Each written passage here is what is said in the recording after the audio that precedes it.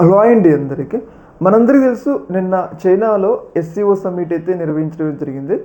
ఈ SCO summit ప్రపంచం దృష్టిని ఆకర్షించింది. ముఖ్యంగా అమెరికాకి అయితే తీవ్రమైన భయాన్ని కలిగించింది. ఎందుకు అంటే మన మూడు దేశాలు ఏదైతే రష్యా కానీ, చైనా కానీ, ఇండియా కానీ, ఈ మూడు దేశాలు కలిసి ఒక కరెన్సీని తీసుకొస్తే అమెరికా యొక్క డాలర్కి ఆధిపత్యానికి ఎండుకడ్డు పడుతుంది. దీంతో భయపడిన అమెరికా భారతదేశానికి అయితే స్నేహస్తం అయితే చాచింది. భారత్లోని యుఎస్ ఎంబసీ ఒక ట్వీట్ అయితే చేయడం జరిగింది. భారత్ అలాగే అమెరికా సంబంధాలు ముందుకు వెళ్తే ఈ సంబంధాల్లో ఎలాంటి నష్టం జరగలేదు అనే విధంగా వాళ్ళు భారత్ని తమ వైపు తిప్పుకునేందుకైతే ప్రయత్నాలు అయితే చేస్తున్నారు. అంటే ఒక రకంగా మన నరేంద్ర మోడీ గారు ఎస్సీఓ సమ్మిట్లో పాల్గొంటే వాళ్ళకి అర్థమైంది, వీళ్ళ ముగ్గురు కనుక కలిసినట్లయితే అమెరికా ఆధిపత్యానికి గండి పడుతుంది. కాబట్టి ఇలాంటి సందర్భంలో మన భారత్తో స్నేహాస్తం చాచేందుకైతే వాళ్ళైతే సిద్ధమైనట్లయితే మనకైతే అర్థమవుతుంది.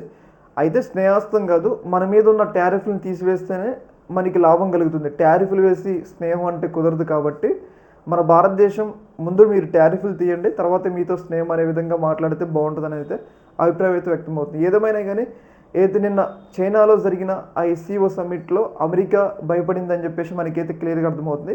అందులో భాగంగా మన సంబంధాలను దెబ్బతినకుండా ముందస్తుగా ఒక ట్వీట్ చేశారు. భవిష్యత్తులో మన మీద ఉన్న టారిఫ్లు కూడా తీసివేయడానికి అవకాశం ఉంటుందని చెప్పేసి మనకైతే తెలుస్తుంది. ఈ యొక్క అంశంలో మీ యొక్క అభిప్రాయాన్ని కింద కామెంట్లో తెలియజేయండి. ఒక మినిట్.